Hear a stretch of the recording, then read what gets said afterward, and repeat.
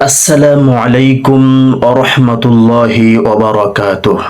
সম্মানিত দর্শক মণ্ডলী, অনেকে দেখা যায় যে তারা একামতের বাক্যগুলো একবার বলে, অনেকে একামতের বাক্যগুলো আজানের মতো ডাবল করে 17টি বাক্য উচ্চারণ করে।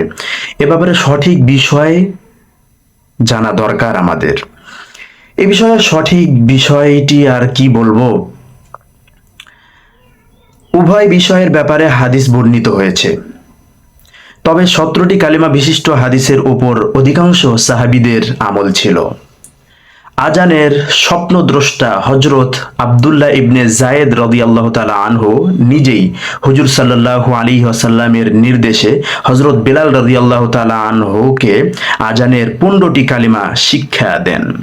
হুজুর সাল্লাল্লাহু আলাইহি ওয়াসাল্লাম বলেন, একামত আজানের ন্যায়, তবে কদ কামাতিস সলাহ 2 বার বলবে। সুতরাং মোট একামতের শব্দ হবে 17টি। যেমন হযরত আবু মাহজুরা রাদিয়াল্লাহু তাআলা আনহু হতে বর্ণিত, হুজুর সাল্লাল্লাহু আলাইহি ওয়াসাল্লাম হযরত আবু মাহজুরা রাদিয়াল্লাহু তাআলা আনহুকে একামতের বাক্য 17টি কালিমা শিক্ষা দিয়েছেন। সম্মানিত দর্শক মণ্ডলী, এর জন্য প্রমাণ দেখুন আবু দাউদ, তিরমিজি এবং মিশকাত শরীফে। সম্মানিত দর্শক মণ্ডলী, আশা করি আপনারা বুঝতে পেরেছেন যে একামতের বাক্য কয়টি হবে। আমাদের সাথেই থাকুন, সুস্থ থাকুন, ভালো থাকুন। আল্লাহ তাআলা আপনাদেরকে সঠিক পথে অবিচল রাখুক। আমিন। আসসালামু আলাইকুম ওয়া রাহমাতুল্লাহি ওয়া বারাকাতুহু।